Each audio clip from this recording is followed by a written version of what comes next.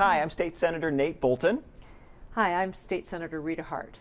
We just left the Appropriations Committee process today. After a full day of meetings, we really have seen a lack of progress in terms of building for Iowa's future. And Senator Hart, what did you take away from today's process?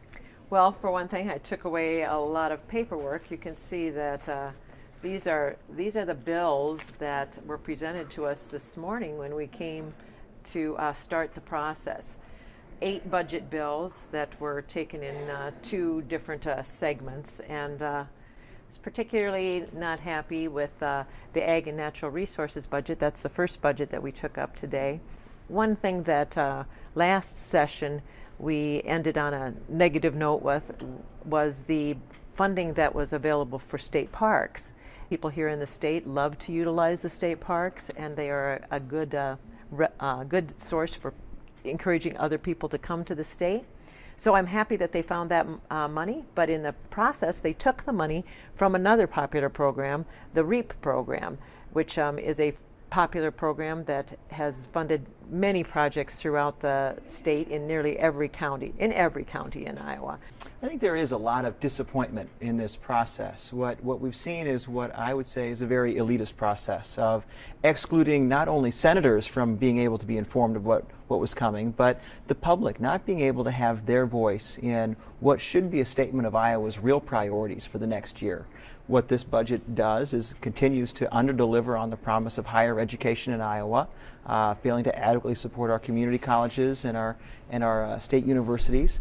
And then when we look at some of the other things that were done, some of the decisions that were made, particularly when we talk about that Future Ready Iowa initiative, we all want to make sure that Iowa has the skilled workers that we need for tomorrow's economy.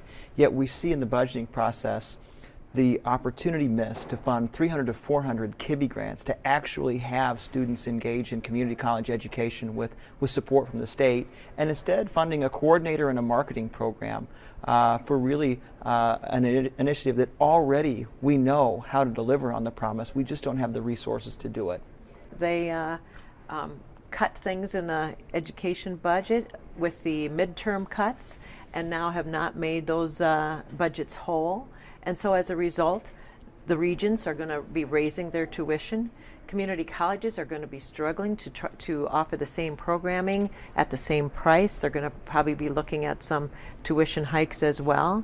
That doesn't make sense here when we know in Iowa that we need to provide those kinds of education to provide that skilled workforce, to keep our young people here, to get them into the programs that will result in high-paying jobs, and to provide those high-paying jobs to keep the businesses here. This is what we know that Iowa needs. We've got to put the right money behind the Future Ready initiative, which has all those bipartisan ideas that we know can really truly grow the Iowa economy. And the fact that we're not putting our money where our mouth is truly troubling. And that's what I said about the Ag and Natural Resources budget.